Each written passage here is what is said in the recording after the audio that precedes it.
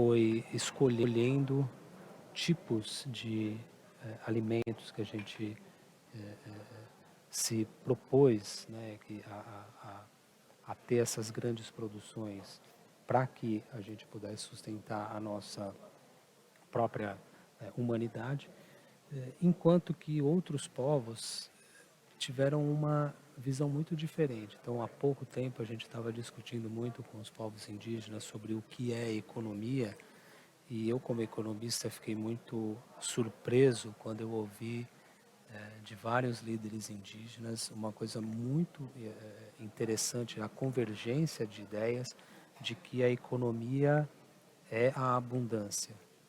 Isso para a gente é muito diferente, porque a gente trata a economia como a escassez, a alocação de recursos escassos. E quando os indígenas falam que a economia é da abundância, é porque as necessidades não são ilimitadas. Então, quando a gente olha a economia como a escassez de recursos e alocação, é porque no bojo disso a gente está discutindo sobre a necessidades ilimitadas com recursos limitados. Mas a população, eu estou aprendendo muito com as populações indígenas, de que não, a economia é abundância, sobretudo porque você não tem as necessidades ilimitadas. Tem uma participação importante da economia desses outros povos, com os quais a gente deveria aprender mais, de que a economia faz parte de um estilo e uma forma de viver que compactua com as próprias vidas e com as próprias dinâmicas de, de, de, de produção não humanas, inclusive espirituais. Para a gente, agora com a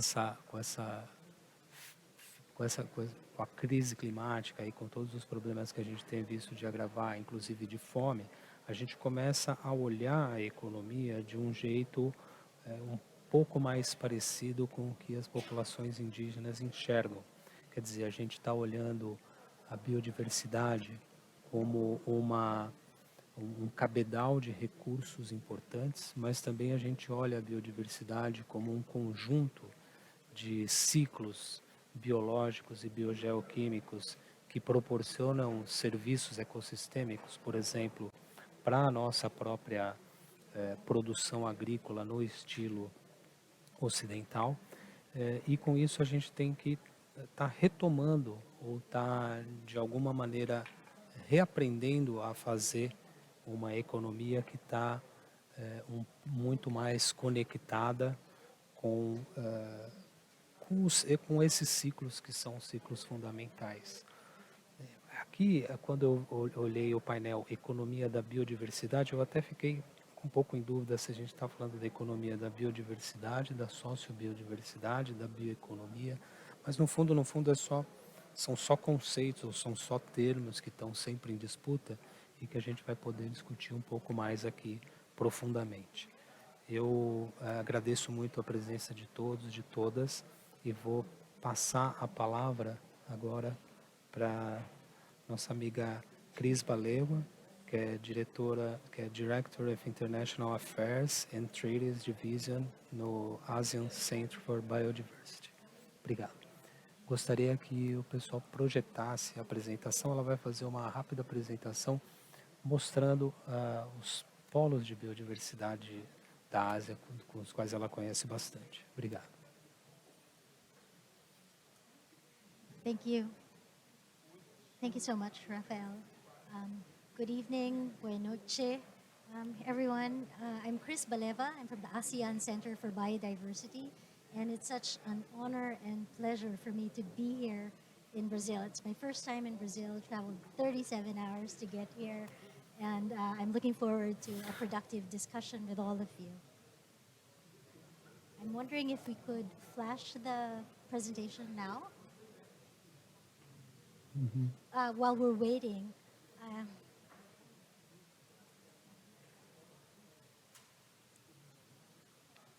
right. While we're waiting for the presentation, Okay. I think why am I here is your question. Why is an somebody from the ASEAN region here. And essentially, what is the ASEAN region? So ASEAN is made up of 10 ASEAN member states, Brunei Darussalam, Cambodia, Indonesia, Lao PDR, Malaysia, Myanmar, the Philippines, um, Thailand, Vietnam, and Singapore. So these 10 countries agreed to have an association first as an, for economic support and economic cooperation, but this cooperation has already evolved to include matters such as the economy, political and security matters, as well as social-cultural matters. Um, and I'm here to give some context and what we could see as possible convergences between the ASEAN and the Amazonia. So like I mentioned, we have 10 ASEAN member states. Biodiversity in the region is very rich. So the total surface area of ASEAN is just 3%, but it is home to 18% of all known plants and animals. And according to an assessment by the IUCN, 37% of species in ASEAN are endemic. And this is not surprising because we have 10 ASEAN member states, but 3 of those member states are actually mega biodiverse countries. And those are Indonesia, Malaysia, and the Philippines, where I'm from, and is the host of the ASEAN Center for Biodiversity. We also see that the Indo-Burma region is in the ASEAN, and so we have Cambodia, Lao PDR, Vietnam, Thailand, as part of that region, and it's very rich in wetlands. The Mekong region is very rich in wetlands and inland waters and biodiversity there. It is the home of the heart of Borneo, where we have millions of hectares of rainforests that are being protected by Brunei Darussalam, Indonesia, and Malaysia. And of course, it's the hub of urban biodiversity when we talk about Singapore, which is the proponent of the Singapore Index on the biodiversity of cities. And so this is something that the rest of the world, not just ASEAN, has started to apply. So 30% of coral reefs of the world are found in ASEAN, 35% of mangroves, 33% of seagrass. And you can see how rich our coastal and marine biodiversity is, with 173,000 kilometers making up the ASEAN coastline. All these mangrove seagrass species, tropical peatlands are also there. 60% of the world's tropical peatlands are there. And so we see that from the heart of Borneo, which is a lung of the world, the same way that Brazil is one of the lungs of the world. Then we have 60% of the world's tropical peatlands, and that would be equivalent to a lot of carbon sinks. And then we have 34% of the world's coastal and marine habitats. And so you can just see from the numbers that biodiversity is rich in ASEAN, and it's certainly an integral part of our identity and our community. So more than 660 million people in the ASEAN region are dependent on biodiversity for their livelihood, welfare, and well-being. And that's something that's worth looking into, particularly when we talk about provisioning services under ecosystem services and the economics of biodiversity. But at the rate we're going, more than $2 trillion US dollars all over the world per year, food provision services will be lost if we proceed with our business as usual approach. And this is what one of the things that we are very much trying to avoid under the Kunming-Montreal Global Biodiversity Framework, which was just adopted last year at the COP15 of the Convention on Biological Diversity. And so an investment on natural solutions or nature-based solutions or ecosystem-based approaches is an investment in building resilient, healthy, and thriving communities. And the ASEAN region has established the ASEAN Center for Biodiversity in 2005 to facilitate cooperation among the AMS, or the ASEAN member states, and with relevant national, regional, and international organizations on the conservation and sustainable use of biodiversity in the region. And the ACB seeks to promote and upscale these efforts on biodiversity conservation and sustainable use in synergy with other multilateral environmental agreements to come up with a comprehensive approach. And so some of the flagship programs of the ASEAN are the ASEAN Heritage Parks program, which is actually a network of protected areas that are unique, that are representative of the biodiversity in the region. And just a week ago, there are already 57 ASEAN Heritage Parks all over the region. There's also the ASEAN Green Initiative, which is 10-10-10, 10 million trees across 10 ASEAN member states in 10 years in conjunction with the UN Decade on Ecosystem Restoration.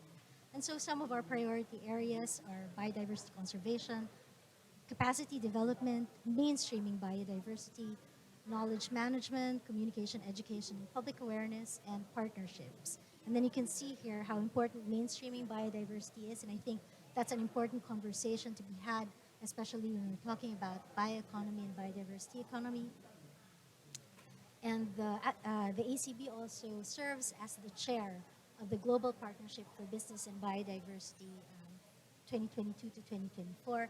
It's also one of the reasons why I'm here. The annual meeting of the GPBB will be happening in a couple of days, and I'm pleased to be representing our Executive Director, Dr. Teresa Mendita Lim, who is unable to join because she's in Jakarta right now, and there will be a signing with the ASEAN Business Advisory Council. And so you can see the synergies between biodiversity and business from that. And the GPBB, of course, facilitates discussions, proposes collaborative actions, and supports activities and programs for private sector engagement and partnership. So if you want more information about the ACB, please feel free to visit our website. And once again, thank you for inviting me here. Muito obrigado. Acho que você traz, Cris, uma coisa interessante que é a gente está, claro, num centro muito importante de biodiversidade, de cultura, que é a Amazônia, mas outros ecossistemas também são tão relevantes, não só no Brasil, você tem falado muito no Cerrado, mas você traz essa região de um hotspot, né, um ponto quente de biodiversidade extremamente importante para o mundo. E aí eu vou aproveitar que a gente está na internacionalização aqui da nossa discussão e passar para o Pavan, que é diretor executivo do GIST Impact. Obrigado.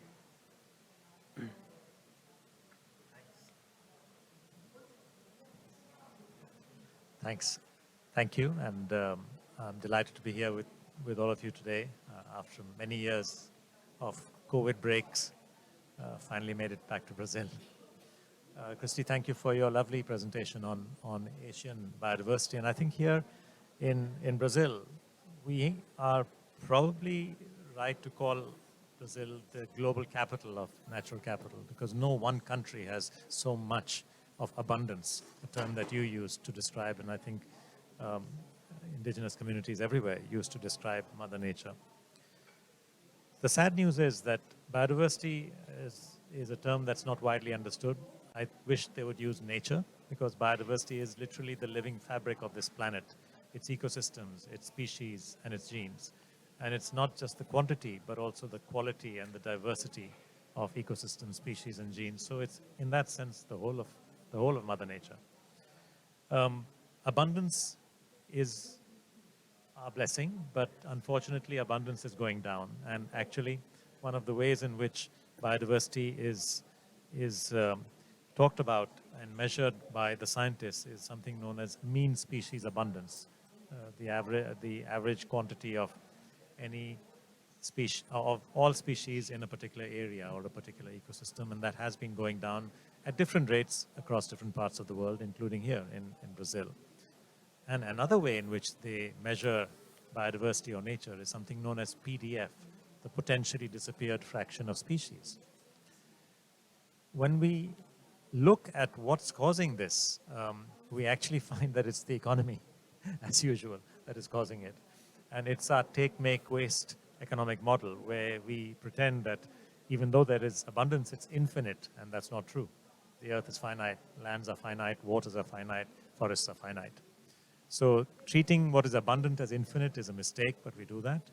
And waste, take, make, the linear production models of our economy, non-circular, linear models, tend to treat the planet as a waste dump, and that was also not something you can do forever. So we have a few problems, and then we keep using that, in my opinion, to argue that, oh, there's some problem, sustainability is not really possible, and I keep hearing the word impossible. But I'd like to force us to think about that impossibility, because many years ago, when I was the study leader of the United Nations project TEEB, the Economics of Ecosystems and Biodiversity, a couple of pushbacks was, well, this is all nice in theory, but it can never happen because, you are questioning the nature of our economy. And today, it's not just Partha Dasgupta or Pawan Sukhdev or the 550 economists and ecologists and biologists who were our United Nations project who were questioning it. But what you see out there is a report by UBS, the largest Swiss bank and the largest in Europe now with the takeover of CS. They are writing about the rise of the impact economy. When they talk about the impact economy, it's contrasted to today's economy, which they call the output economy, which is basically the neoclassical model for economists amongst us.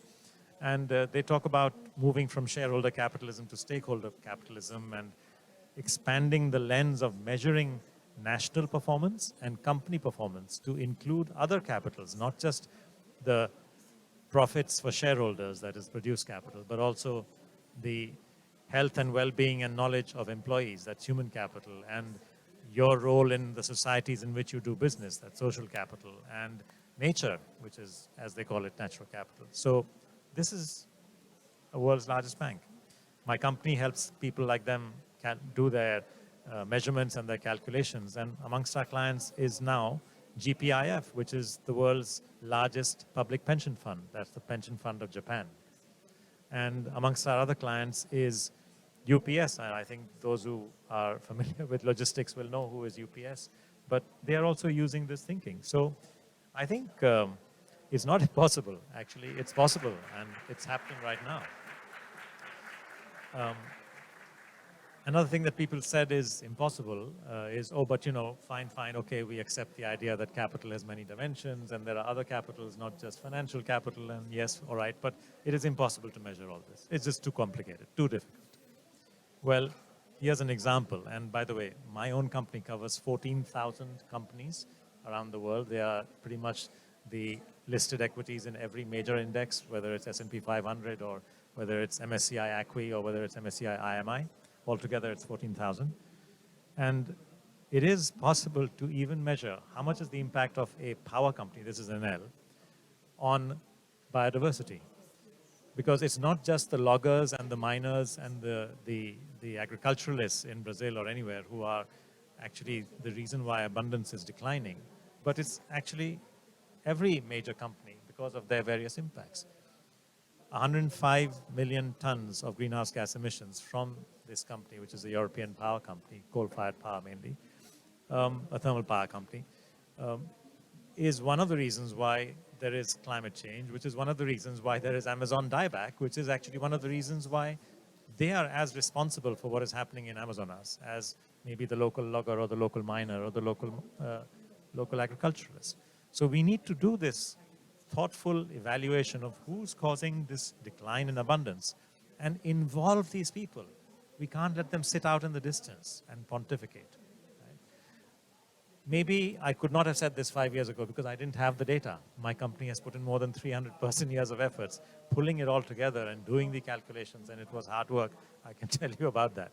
But today we can have a conversation with them, and we can show them what are their impacts and how it is possible. Now, the good news is that their own regulators, that's the European regulators, the European Commission environment folks, have brought in new regulation called the ESRS, the European Sustainability Reporting Standards. And this regulation has been passed under something called CSRD, the Corporate Sustainability Reporting Directive, which has been approved by the European Parliament some months ago and will apply from 1st January onwards. So now, those of us who want to ensure more abundance in the Amazonas and those who want to reduce the amount of potentially disappeared fraction of species happening there should point out to them that, look, you need to do this calculation. You need to publish this because your own regulations are asking you to do so. There's a lot, my friends, that people say are impossible. I'm from India and amongst a minority who promote natural farming. So I was told, this is impossible, Pawan. You're dreaming. It is not possible. It cannot be done. So thankfully, somewhere in India many years ago, the state of Andhra Pradesh, which is that orange thing that you see on the bottom right-hand side, it's a small state by Indian standards because it has only 55 million people. And amongst those 55 million people are 6 million farmers. And out of them, more than 10%, 630,000 when we did our study, have actually already stopped using chemical pesticides and fertilizers and started using natural farming methods, bioremediation, basically injecting bacteria back in the soil so that it revives the soil. And of course, I was told that, yeah, but you know, you'll exacerbate poverty and hunger. You're an economist. How can you do this? And I kind of believed it. But when I went to see this community in Andhra Pradesh, I couldn't believe my eyes, and I had to go back again and again, and I have been there 6 times. And on each time, they showed me some new example of how natural farming is generating better yields or better health for the local farmers and so on. So we did a study. We literally evaluated the 3 eco-regions of the state. There's a dryland area on the left-hand side. There's the delta region in the middle, the Krishna and Godavari basin. And then there's a kind of default organic region, which is tribals, because they don't have enough money to pay for chemical pesticides and fertilizers, but they don't also have the techniques needed, which the other farmers are developing, and now which they have started applying themselves. And what was the result of this so-called impossibility of feeding the people with natural farming? Well, you know what? The impossible happened, because the study that we did across the entire state, across 3 different regions, shows that their net incomes of the farmers actually went up on average 49% because they were getting higher yields. Because the higher yields were safe, more people were buying them, so the losses in the local market were less, so people are more willing to buy their food because they know it's healthier. And their costs had gone down because even though they took more labor, their input costs were lower because no chemical pesticides, no chemical fertilizers. And this applies to a state, by the way, my numbers are slightly out of date because our study finished last year. I've just learned from them that the number has exceeded 750,000 people. So those who said this cannot scale, I'd like to ask them, what do you think is scale? 750,000 is not scale for you? 15% of the state doing farming in a particular way is not scale? And by the way, I'm just talking about the numbers that they challenged, right? So they're saying, oh yeah, very good, we understand the health impacts are good and social impacts are nice and environment impacts are not. But you know, you will destroy their livelihoods. They will make less money. They will go hungry. Where? Where? This is all possible, my friends. It's happening right now. Somebody else said to me many years ago, yeah, your focus on renewables. I mean, yeah, fine, we get it and all that, but it's too expensive. And how can poor countries afford something as expensive as solar PV? Well, I have a little example for them from Bangladesh, which is not exactly the world's richest country. Very good, very commendable people, but not very rich. They, through microfinance, finance these solar panels, which are bought from Japan, so not cheap in that sense, but microfinanced and paid back as a result of the savings in kerosene. So the amount of money saved on not buying kerosene was used to repay the loans.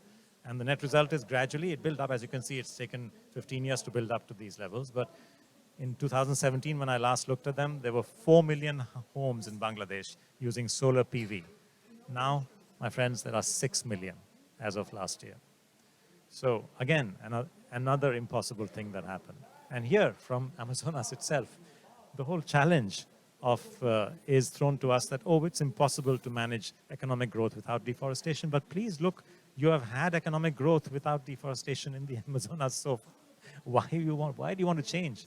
Why would you want to change what is good? And what has driven the economic growth? It is the accumulation of capital and the creation of the PIM, the Pole Industrial Manaus, in Manaus as a city, as a fulcrum of human capital, of training and development, that led to an industrial economy, 2003, I remember the number, it was like 70, almost 70, 76% was industrial, and services was only 25%.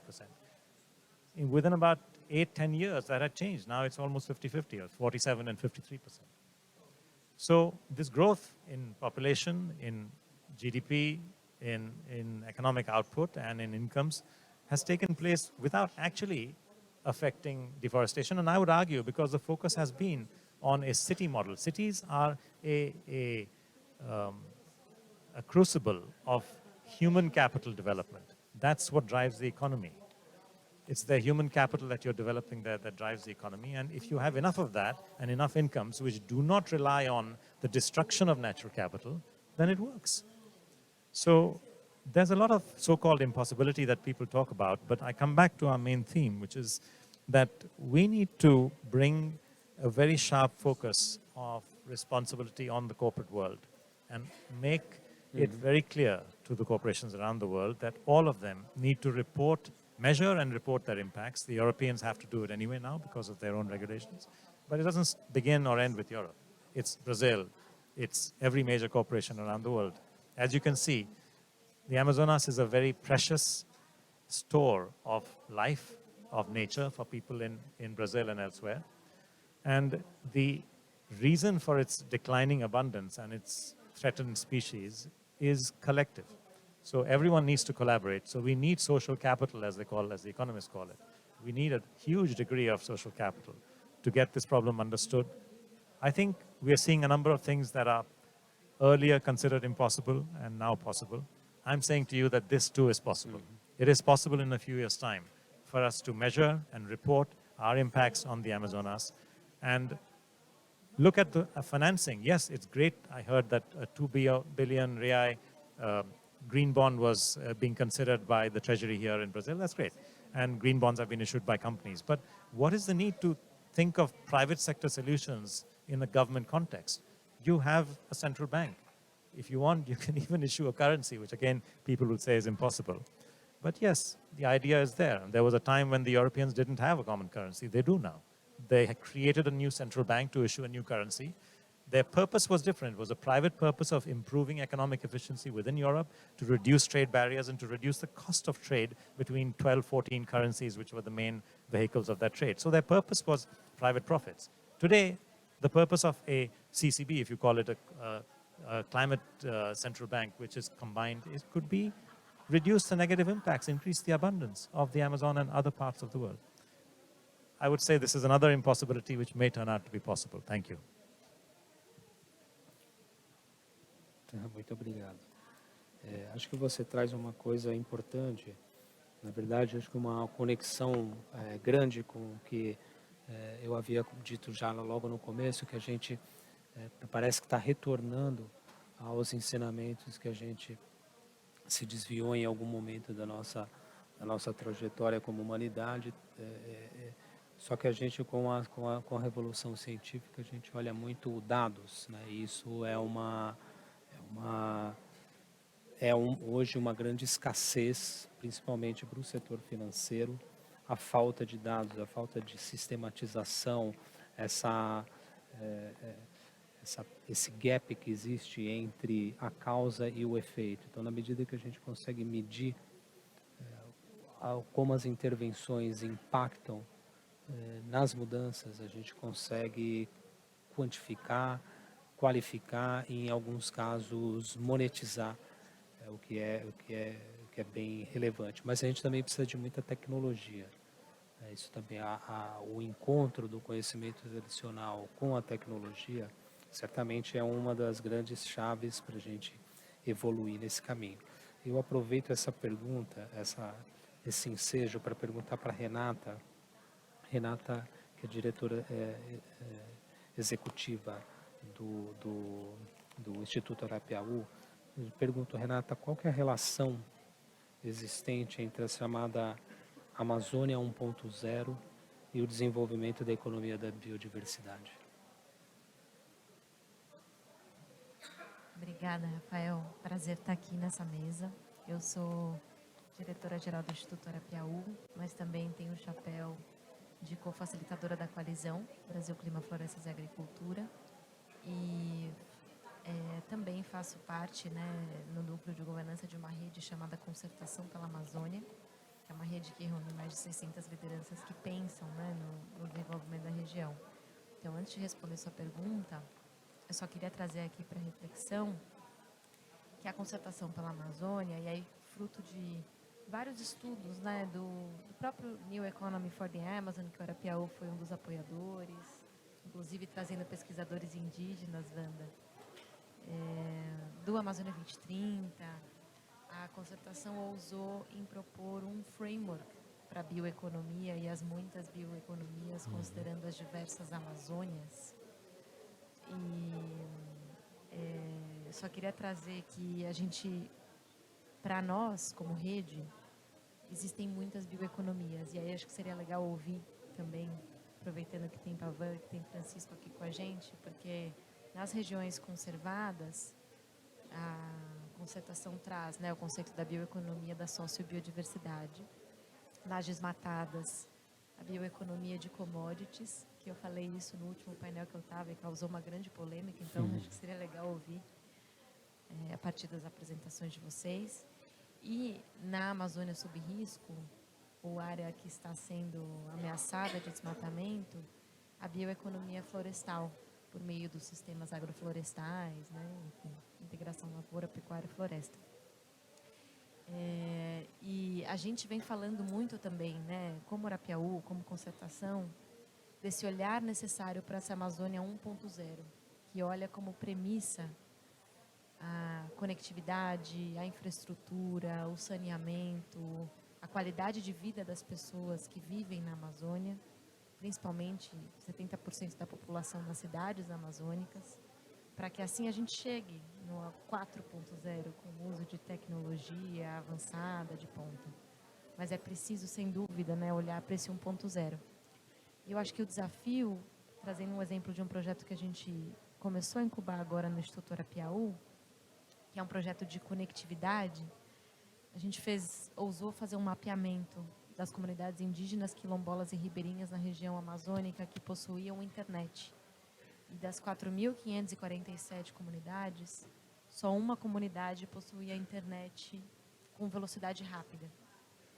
E aí, as lideranças indígenas, quilombolas e ribeirinhas lideram esse projeto, COIAB, CONAC e CNS, e trouxeram um pedido, né, de que, na visão deles, essa bioeconomia só seria possível por meio de um acesso à conectividade, né, para que eles pudessem permanecer no território.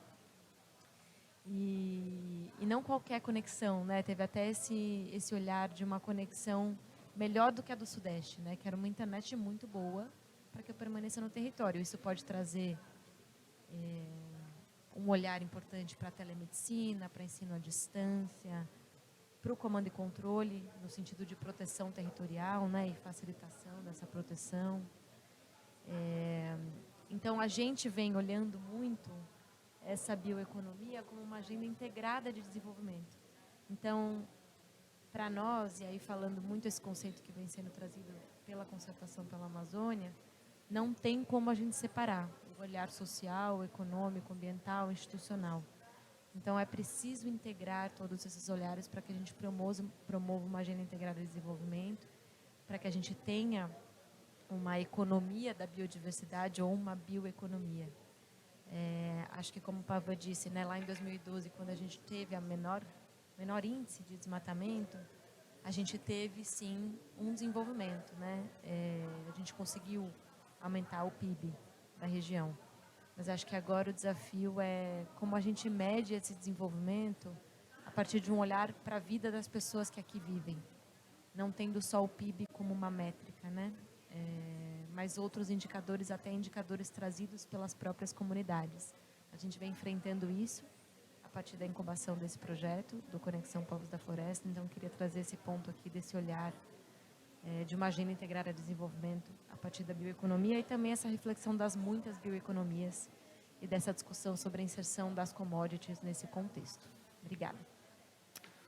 Muito obrigado. Acho que fazendo o link com o que você está falando das bioeconomias, eu queria fazer uma pergunta ao professor Francisco Costa. da UFPA, que trabalha já há 40 anos, professor, com o tema, fazer uma breve comparação, ou pelo menos uma breve resposta à seguinte pergunta: economia da biodiversidade, da biodiversidade e bioeconomia, elas são as mesmas coisas? Muito obrigado pela pergunta, é um prazer estar aqui. Existe, nesse meio tempo, nesses últimos 15, 20 anos, um processo de desenvolvimento, de explicitação, digamos assim, de elaboração conceitual de processos que vêm ocorrendo numa relação bastante tensa e complexa entre a produção, em geral, as formas como a produção vem ocorrendo, as suas diversas trajetórias tecnológicas, os seus diversos fundamentos e os impactos sobre a natureza, né? Os efeitos, os resultados que esses processos têm colocado, né? Como efeitos deletérios, como crise, afinal. A crise tem exigido, de diversas maneiras, por tensões institucionais, mas também por momentos econômicos que intermediam hoje, né, o mercado, por novas exigências, etc., tem posto, então, questões, o novo momento e a crise ecológica aí associada tem posto questões a esses processos produtivos. Esses processos produtivos têm dado respostas a isso. Bom, e essas respostas vêm, digamos assim, sendo organizadas na forma de conceitos. Bom, os processos, para se entender as coisas, esses processos produtivos, os dominantes, têm algo em comum. Né? Eles são fundamentalmente baseados em bases mecânico-químicas. O que é que isso significa? Isso significa que os processos de resolução de problemas, de mudanças nas formas produtivas para aumentar a eficiência, crescer a escala, etc., dão preferência, quer dizer, se fazem utilizando meios mecânicos e químicos em maior volume e intensidade. E fazendo isso, colocando a vida, a dimensão da vida, a dimensão bio do processo, como uma dimensão a rigor a ser contida, né, para que não se transforme, digamos assim, em um problema de gestão de resultados. Então, a natureza, ela mesma, passa a ser, quer dizer, na sua capacidade criativa, ela passa a ser contida, subordinada por esse conjunto de elementos combinados, mecânicos e químicos, para que reproduza ou produza apenas naquelas proporções, né, que maximizam, né, os resultados numa lógica bastante industrial. Pois bem, esse conjunto de processos, tentando agora, né, se esverdearem, né, se amenizarem nos seus impactos, né, tem introduzido, né, várias soluções em que a biologia, né, assume um novo papel, digamos assim. Né? Então, se buscam soluções de processos produtivos em que a biologia tem um papel maior. Mas mantém-se, ao mesmo tempo, né, a lógica de padrão industrial, de padrão produtivo em escala, necessariamente. Pois bem, essa lógica que cria uma bioeconomia de produtos, uma bioeconomia de processos, subordinada à lógica da escala, da mecânica e da química, que tem o primado, né, quer dizer, o domínio desses elementos mantidos, né, naturalmente ou são bioeconomias, não é, que mantém, digamos assim, ainda, né, um poder de agressividade muito grande em relação ao mundo da vida em geral, a biodiversidade, por exemplo. Então, essa dimensão da vida, né, se mantém fortemente acuada, né, por essa lógica, mesmo quando ela procura se mostrar ou se materializar de modo mais que incorpore mais densamente elementos biológicos. Isso por uma parte.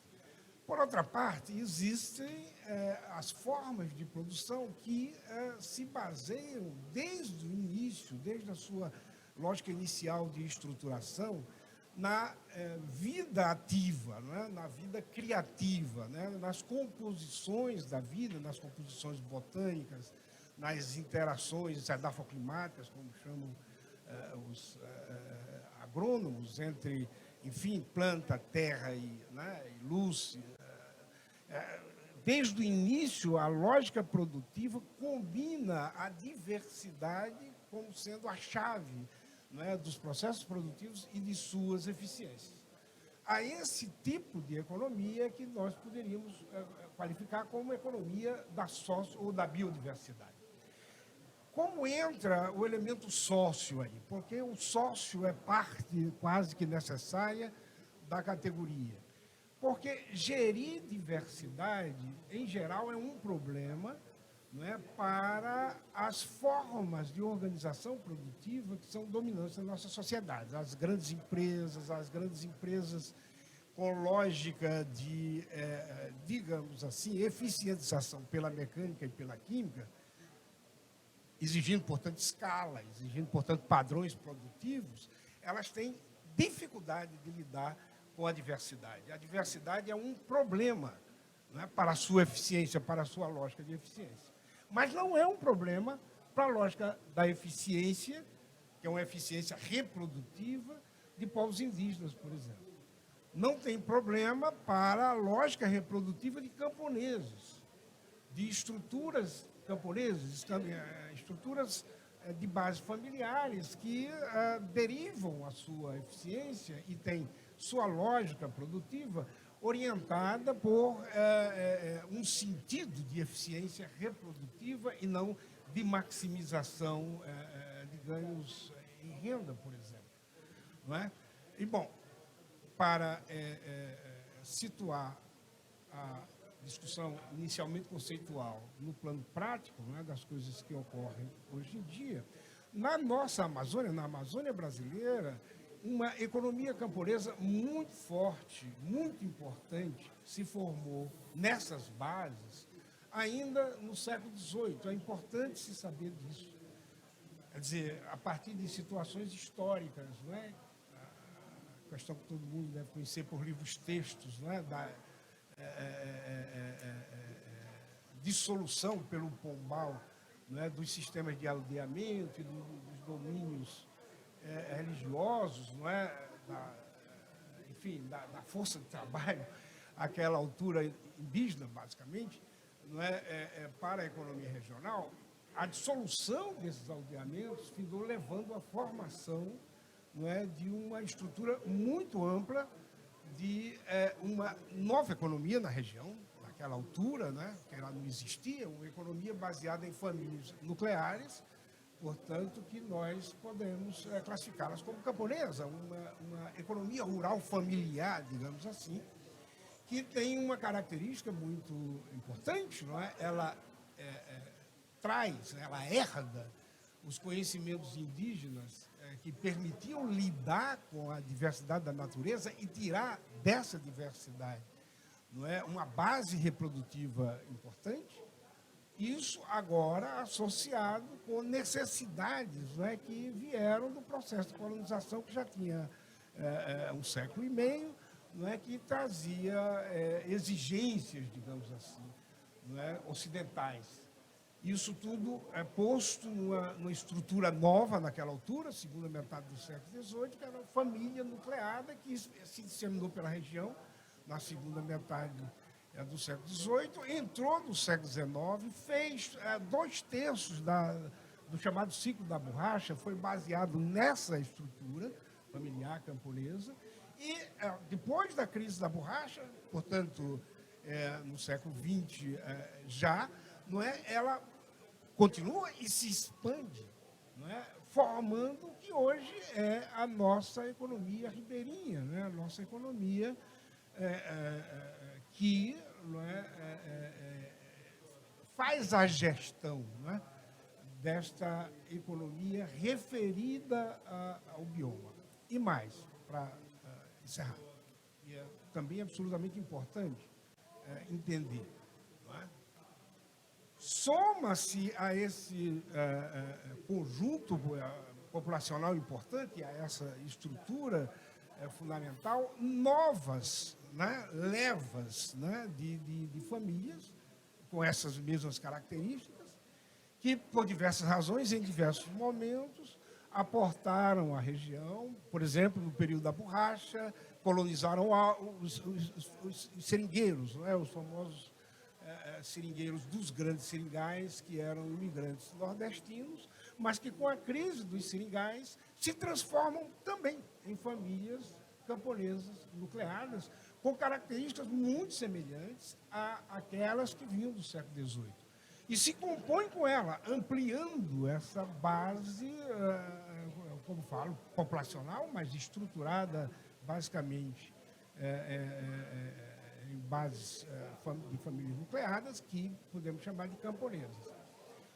Mas ainda, passados aí mais 30, 40 anos, em cima de situações de colonização fracassadas, na lógica tecnológica que se tentou no primeiro momento, né? Então, famílias também, camponesas vindas do sul, que tentaram produzir aqui do mesmo modo que produziam no sul, e findaram tendo problemas muito graves. Essas famílias aí na Transamazônica, em várias situações, né, se orientaram também por uma lógica produtiva em que a diversidade, né, é a chave, e agora uma diversidade referida ao bioma, ou seja, uma tentativa de se estabelecer uma produção em bases complexas que imitam, em última instância, né, as regras, ou que, no mínimo, obedecem regras fundamentais do bioma. Então, você tem, ao mesmo tempo, né, camponeses que fazem uma gestão do bioma originário, tirando dele, né, capacidade produtiva e reprodutiva, e você tem camponeses que refazem, né, situações de terra arrasada, às vezes, compondo, né, estruturas botânicas que imitam o bioma, e com isso garantindo uma eficiência, né, fundamentada em complexidade e diversidade. Esse conjunto de famílias hoje em dia formam o que nós poderíamos chamar a economia da sociobiodiversidade da Amazônia. Ela não é uma economia trivial, ela tem, nos últimos 25 anos, apesar de todas as carências, das dificuldades, da falta de política, etc., ela tem crescido em uma taxa média de 3,4% ao ano. Não é? Para nós economistas, sabemos que isso não é uma taxa trivial.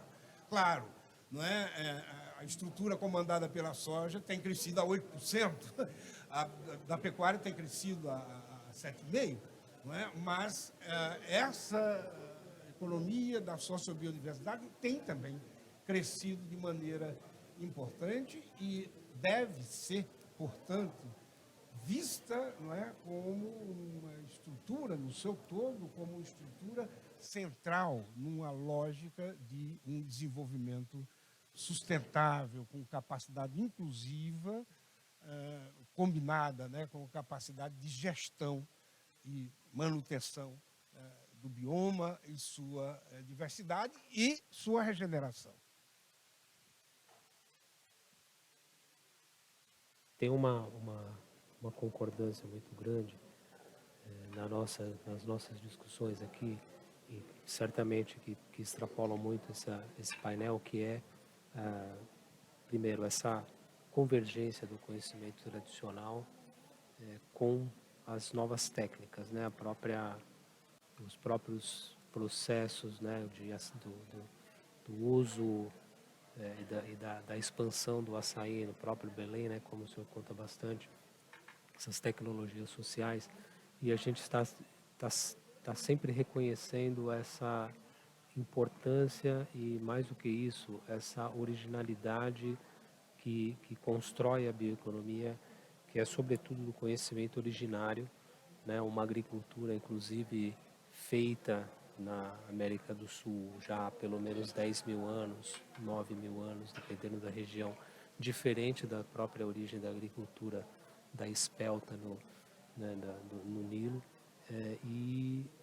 Eu gostaria de chamar a Wanda para dizer que, embora esse reconhecimento seja cada vez maior, certamente ele ainda está muito aquém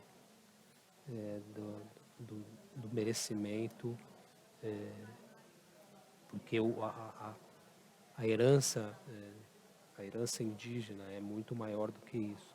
Eu gostaria de saber a pergunta que se faz sempre, quais são os principais desafios e o que você, como representante dos povos indígenas, entende e percebe essa discussão.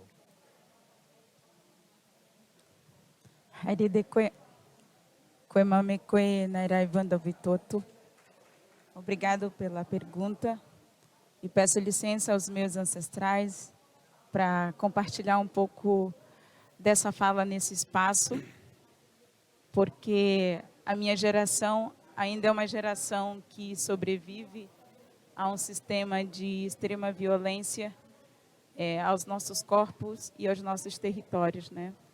Para a gente pensar, a gente sempre fala dos desafios, né? Assim, eu queria que a minha geração pudesse estar falando sobre as expectativas de vida, né? As estratégias de continuar existindo, assim, mas a gente sempre parte ainda desse desafio. E a minha geração, professor Francisco, é uma geração que sobreviveu à exploração da borracha.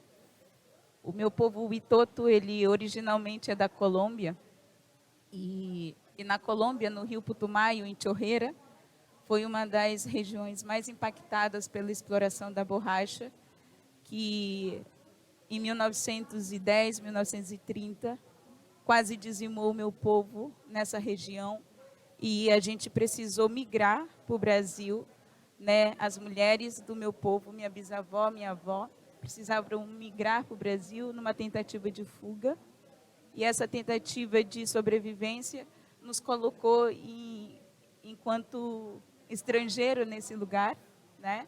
Que hoje a gente vive há mais de 100 anos, tentando garantir e manter nossas vidas, né? Esse processo, ele foi extremamente doloroso, né? Porque a Amazônia, dentro do seu contexto histórico, ela sempre foi uma fronteira a ser explorada, assim como nossos corpos indígenas e negros, né, nesse país. E hoje, quando aqui é um espaço, né, um evento promovido pela mineração, é a primeira vez que eu estou num espaço como esse, podendo falar. A gente nunca dialogou com essas pessoas que fazem essa atividade, que ao longo da história impactou os territórios indígenas, impactam o território indígena e o meio ambiente, né? Então, para mim é uma grande oportunidade de poder estar aqui, trazendo um pouco da mensagem de como a gente entende e olha isso, e para a gente esse diálogo é importante. Dentro desse olhar de ver a Amazônia, né, que me incomoda muito nesse momento que a gente está vivenciando, dentro dessa questão de mudanças climáticas, né, e o olhar se volta para a Amazônia, me incomoda muito esse olhar, e esse olhar avassalador, assim, né, que todo mundo quer quer estar por aqui desenvolvendo, pensando como salvar a Amazônia e o planeta, né? Eu queria lembrar algumas questões para a gente não esquecer que a gente já viveu esse momento na história, que a Amazônia, né, era, sobretudo na ditadura militar, era essa fronteira a ser explorada. E esse projeto antigo de ocupação da Amazônia, né, e de exploração dos seus recursos naturais, ela é carregada por muita violência e muita dor, sobretudo para os povos indígenas. E aqui, naquele período da ditadura, havia algumas frases que, nessa busca de entender essas histórias, que impactou nossos povos, a gente encontra algo: aqui vencemos a floresta, entre aspas. Toca sua boiada para o maior pasto do mundo. Inferno verde. Essas frases, elas foram muito impactantes para aquele período da Amazônia e para os nossos povos. Nesse período, só de um povo, o povo Waimiri-Atroari, foram mortos mais de 8.000 indígenas quando se abriu a BR-300 a Transamazônica. Esse povo foi reduzido a 320 pessoas, né, que hoje lutam para proteger seu território. A Amazônia era considerado um deserto verde que precisava ser ocupado, desenvolvido. E essa palavra de desenvolvimento hoje foi acrescida de desenvolvimento sustentável. Aqui a gente vê exatamente essa imagem, né? Aqui vencemos a floresta. A ideia desse desenvolvimento para essa região, ela sempre foi marcada por essa destruição da floresta, né? Era preciso vencer a floresta. Esse capital, ele tem esse objetivo, né, de vencer a floresta. E me angustia ainda bastante, a minha geração ainda vive angustiada, né? Quando a gente pensa essa economia, né? Agora, criar outras palavras. Bioeconomia. Que tem a palavra bio, que significa lá noutra língua, vida, né? Mas que para a gente ainda causa muita preocupação. Então, é necessário que a gente pense estratégias, de fato, efetivas, né? Porque eu tenho participado de muitos eventos como esse, que as ações propostas estão somente no diálogo, nas palavras, né? Para o meu povo, a palavra ela é muito importante. E a palavra do meu povo é uma palavra sagrada, é uma palavra doce, e é uma palavra de abundância. O meu povo não abre a boca para falar aquilo que não consegue cumprir. Eu vejo que algumas palavras colocadas, elas são impossíveis de ser alcançadas, né, na prática. Eu sei que é um grande esforço de algumas pessoas, porque elas sabem que também, senão, eu acho que estão entendendo a importância da floresta para a sua vida, né, e elas estão correndo meio que contra o tempo, para tentar achar um caminho onde elas consigam se salvar também, né? Então, a gente vai inventando um monte de palavras para tentar justificar nossas práticas destrutivas. Mas, para o meu povo, o povo Witoto fala da roça como lugar de abundância. Quando o Senhor traz a escuta das lideranças indígenas que falam que a economia é a abundância, o meu povo vai dizer que ter roça é ter abundância. Primeiro porque, se tem roça, tem um território. E o território é o principal elemento para a manutenção da vida dos povos indígenas. Sem esse território, não é possível ter abundância de nada. Não tem abundância da palavra, diz o meu povo, diz nossos avós. Não tem a roça que traz essa abundância do alimento que garante a palavra de vida, que garante a palavra de conhecimento, de sabedoria, né? O meu povo fala, se não tem roça, você não tem espiritualidade para ter a palavra de vida. Então, para o meu povo, a palavra ela é muito importante. Mas nessa sociedade aqui, a gente não consegue confiar nas palavras ditas, né? Porque as ações não coincidem com suas práticas. E os povos indígenas estão numa frente muito grande nesse momento, né? Hoje foi o segundo dia do julgamento do marco temporal, que é mais uma tentativa do Estado, de quem governa, de quem tem um poder político, de quem tem um poder de governança, né? Uma afronta aos direitos dessa população que há mais de 5 séculos luta para garantir sua vida nesse país aqui. E essa questão do marco temporal, ela coloca mais uma vez a vida desses povos em risco, os territórios desses povos em risco, né? E quando se direciona essas ameaças para os nossos territórios, a gente não consegue pensar estratégia, pensar essa questão da economia. A gente não consegue ficar no território. A tecnologia é importante e pode até garantir uma parte da juventude no território, mas não é a tecnologia que vai deixar o nosso povo no território. É a segurança desses territórios, é a demarcação desses territórios, é a garantia de uma educação que respeite esse modo de vida no nosso território, porque a educação, ela garantiu para mim e para o meu povo que a gente se reconhecesse importante naquele território, porque o Estado também nos coloca, a sociedade nos coloca que a floresta não serve de pé, por isso que querem destruir. A gente é educado para não se conectar com a floresta. A gente é educado na escola porque o sistema capitalista nos forma para entrar nele, né, e nos distancia da natureza. Então, a gente é formado para se desconectar da terra, se desconectar da floresta, se desconectar do rio, e a gente vai se autodestruindo nesse processo. Então, para a gente, é muito importante que se estabeleça um diálogo importante para esse desenvolvimento que se pensa para a Amazônia.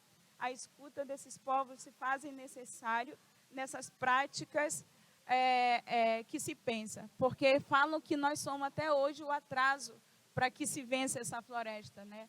Então, nós somos a grande barreira para que não se destrua tudo. Então, é importante que as empresas, o Estado, as organizações, elas entendam o papel fundamental dessas populações, seus saberes tradicionais que mantêm essa floresta de pé há milhares de anos, né? Então, isso é necessário. E o nosso povo fala, a gente não impede o desenvolvimento do nosso país, mas a gente tem um princípio de escuta. O nosso povo reivindica ser escutado antes de qualquer atividade no território, em torno do território. Então, esse princípio ele precisa ser considerado pelas nossas organizações. Várias lideranças estiveram ontem na abertura falando da importância desse diálogo com as populações indígenas, que se faça essa escuta e que respeite esse modo de vida. Então, para a gente isso é fundamental. E eu queria trazer só um dado para me encerrar aqui a minha fala. O garimpo ocupa 9,3% das terras indígenas. E existem 3 povos extremamente impactados pela mineração hoje no nosso país, né? O território Kayapó, território Munduruku e território Yanomami. Nós tivemos recentemente a morte de mais de 700 crianças indígenas mortas e que não causou nenhum impacto na sociedade. Só nós choramos a morte dos nossos. Só nós choramos a morte de um rio. Só nós choramos a derrubada de uma árvore. Então, como que a gente pensa estratégia de que a gente se humanize para olhar para esses problemas que afetam a nossa população indígena como estratégia de garantir essa sociobiodiversidade? Porque os territórios indígenas são responsáveis por 89% da proteção dessa sociobiodiversidade, dessa biodiversidade no planeta. E por resguardarmos esse ecossistema, garantimos o equilíbrio climático no mundo. Esta Amazônia, ela só existe porque nós resistimos a 500 anos de processo de dizimação. Então, é necessário que se não só reconheça, mas a importância dos povos indígenas. Não só reconheça a gente com esse saber ancestral, mas que a gente tenha uma ciência que é capaz de colaborar com esse mundo e que, de fato, a gente alcança esses objetivos que ontem o Ban Ki-moon falou de vários objetivos importantes, mas que ninguém alcança porque a gente está desconectado de um princípio fundamental, que é a gente se reconhecer enquanto natureza. Enquanto a gente não se reconhecer enquanto natureza, nós continuaremos nos autodestruindo, porque estamos distante daquilo que é um princípio de vida para os povos indígenas. Então, meu muito obrigado pela oportunidade da fala aqui nesse momento. Obrigada.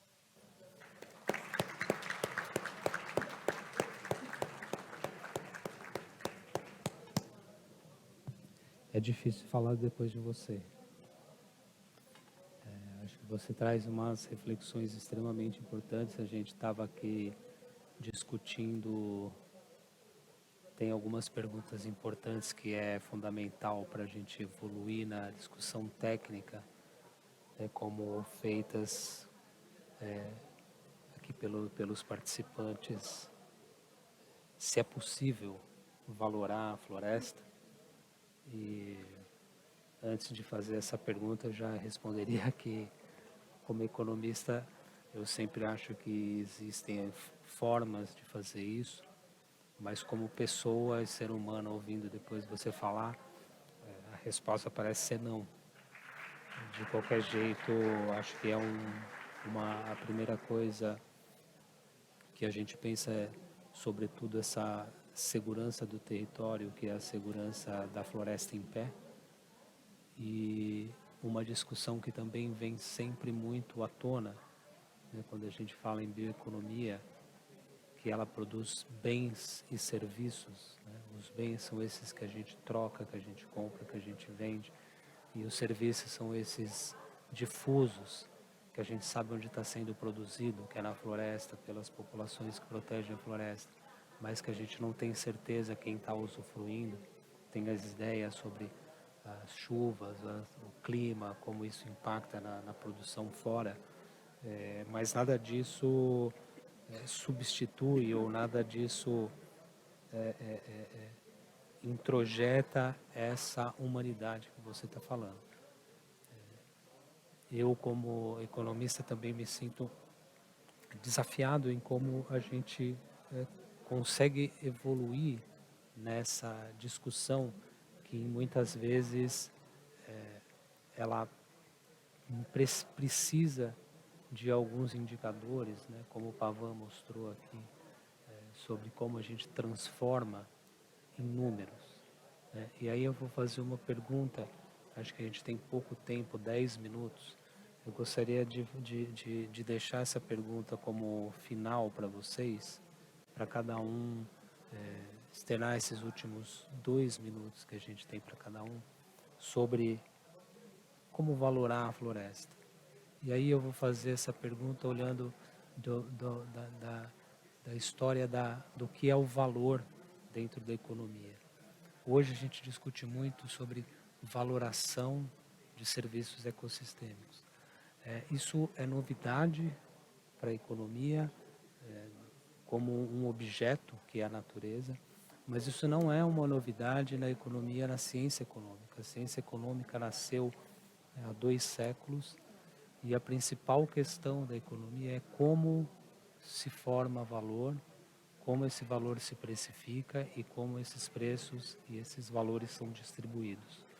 O que significa que quando a gente fala em valor, não necessariamente a gente está falando em preço, porque existe parte do valor das coisas que não são precificados, mesmo na economia.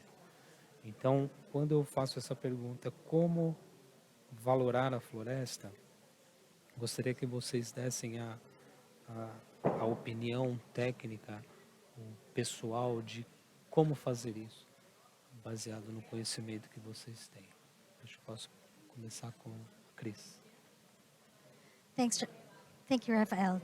I think when we, I think we need to recalibrate the question in that we don't limit it to forests, but see ecosystems as interlinked. And I think that's one of the main takeaways that I'm hoping that we could get from this conversation, that everything is actually interlinked. And so we talk about forests, we talk about different ecosystems, and that is how we actually value these ecosystems. When we see how interlinked they are, how interlinked ecosystems are with humanity and everything that we do. We are both producers and we're producers and we produce waste, but we're also we partake of all these activities. And so when we value, we also see that it's not just about pennies and dollars, but it's actually various worldviews, various ways of valuing. So even when we talk about ecosystem services, we have provisioning services, and those are the products that we use. There are regulatory services, there are support services, and there are cultural services as part of ecosystem services. And we see how important biodiversity is, not just because it's the source of the food that we eat, our medicine, our clothes, everything actually, but also it's part of our culture. It's part of our lives, particularly because we are part of biodiversity. Humanity is part of biodiversity. And so that is part of valuation.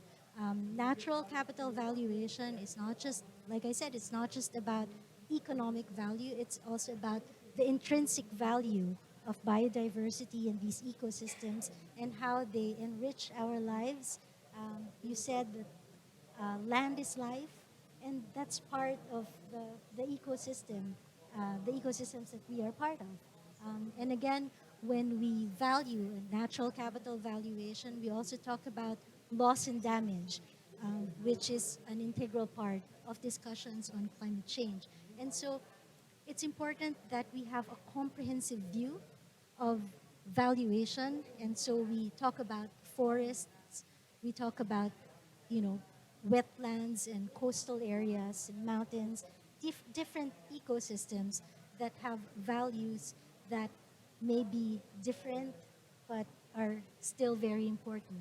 And so just to end with that, let's see things, let's see how things are interlinked. Biodiversity, that's why it's called the web of life, we are interlinked. The issue of biodiversity loss and climate change are interlinked with pollution, and these are the triple threats right now. And so these things are connected to each other. And so our response and our actions would also have to be connected and integrated. And that's why it's important to mainstream biodiversity into different development sectors. And I'm glad that there's this discussion on bioeconomy, biodiversity economy. What's important is that biodiversity is actually part of the considerations, not just on how we spend our money, how the private sector spends its money, but how it earns its money. So it has to be a crucial, an integral part of its operations, of its very ethos. And that is true for policies, whether at the subnational, national, regional, or international level. So, thank you. Muito obrigado. Se você quer falar, Wanda? Quer seguir na sequência? Por favor. Firstly, I'd like to thank Vanda for her wonderful and very clear exposition of what's valuable.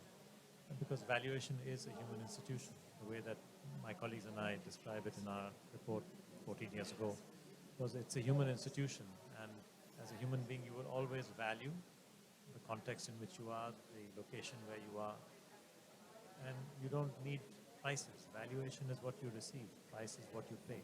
But most of what you receive as a gift from nature is a gift. She does not charge. She does not send invoices. When did a bee ever send you an invoice for pollination services? When did a tree ever send you an invoice for air cleaning services? So that's not how nature works. Nature provides blessings and gifts. So you as a human have to value that. And that's called value recognition. Now, sometimes when you're dealing with people who are not humans, a corporation is not a human being. And the famous words about a corporation was described as something that has no soul to damn and no body to kick. So when you're dealing with something like that, which is not a human being, you have to try and convert your human institution of valuation into some kind of language which a corporation can understand. And that language is economics. So then you try and explain, okay, well, this is valuable, but let me try and demonstrate to this corporation or its left, dear buddy, the politician, that I can demonstrate to them that if they continue doing this madness, they may get rich, but they will destroy lives and they will destroy an area or an ecosystem. So maybe I can try and talk in their language and explain to them in economics what that means. And if they understand, sometimes they understand, sometimes most of the time they don't. If they understand it, then I can say, well, why don't you pay him to not do this? Because, clearly by doing this, you're destroying communities and you're destroying the soil and you're destroying life. So that's called capturing value. But most of the time, we value as human beings. Most of the national parks that are the most ancient national parks, Yosemite or Yellowstone or whatever, they weren't created based on some economic argument. They were created because people wanted to preserve them for posterity, and governments decided to keep them and put rules around them as to what is acceptable and not acceptable behavior, and so on. And the same applies anywhere, actually. So economics only comes afterwards when you have to deal with things that have got no soul to damn and no body to kick.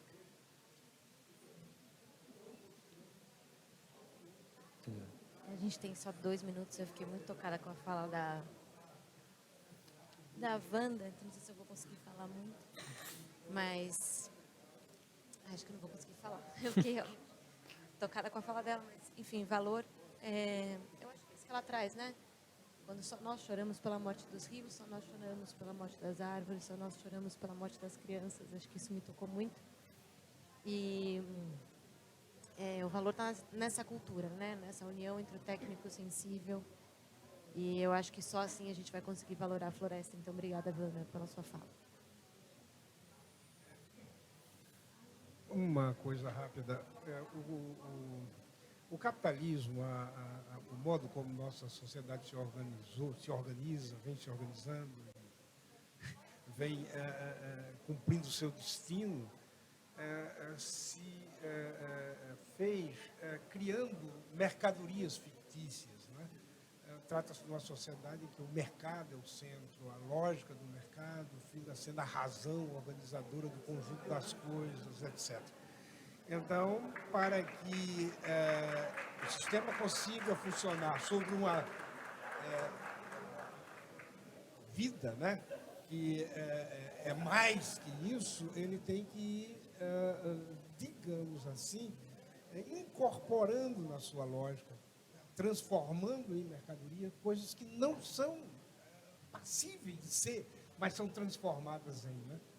Então, tem um grande sociólogo, Polanyi, que mostra, por exemplo, 3 mercadorias-chave nesse sistema: o trabalho, a terra, e o dinheiro, que são mercadorias fictícias, são coisas que, na realidade, não podem ser consideradas propriedades, não poderiam ser consideradas propriedades transitáveis, etc., mas foram transformadas nisso. Isso, de um lado, foi solução para uma série de problemas do sistema. O sistema conseguiu se expandir, se consolida com isso, se transforma num sistema mundial. Isso facilita uma série de coisas, mas cria um paradoxo de fundo. Você retira da relação da existência social, você retira cada vez mais os conteúdos éticos, os conteúdos de essência da vida, e situa esses conteúdos numa mecânica. É uma profunda contradição. é um grande paradoxo que pode levar todos nós à destruição final. Wanda, por favor. Bom, para encerrar minha fala, né, que já zerou nosso tempo aqui, é dizer que os nossos corpos, professor Francisco, eles são considerados essa mercadoria, né? E não é uma mercadoria de valor. Nós nos tornaram uma mercadoria sem nenhum valor, que as pessoas podem matar, que as pessoas podem destruir, né? E a gente está nessa zona de sacrifício. Nossos corpos também são zonas de sacrifício. Nossos territórios são zonas de sacrifício. Hoje, dentro dessa visão econômica, né? Então, para a gente pensar essas mudanças sobre quem somos, o que representa os territórios indígenas para a própria economia, é extremamente necessário, né? Uma mudança. E quero agradecer aqui, mais uma vez, a oportunidade de poder falar, né? Que meu povo fala, o meu povo é considerado o povo da coca, do tabaco e da macaxeira doce. Temos palavras adocicadas, né? Temos palavras de aconselhamentos a partir desses elementos sagrados. E a palavra do meu povo é uma palavra de sabedoria e de abundância para partilhar aqui. Então, meu muito obrigado pela oportunidade também de estarmos juntos aqui. Obrigado. Eu que agradeço, gente. Muito obrigado.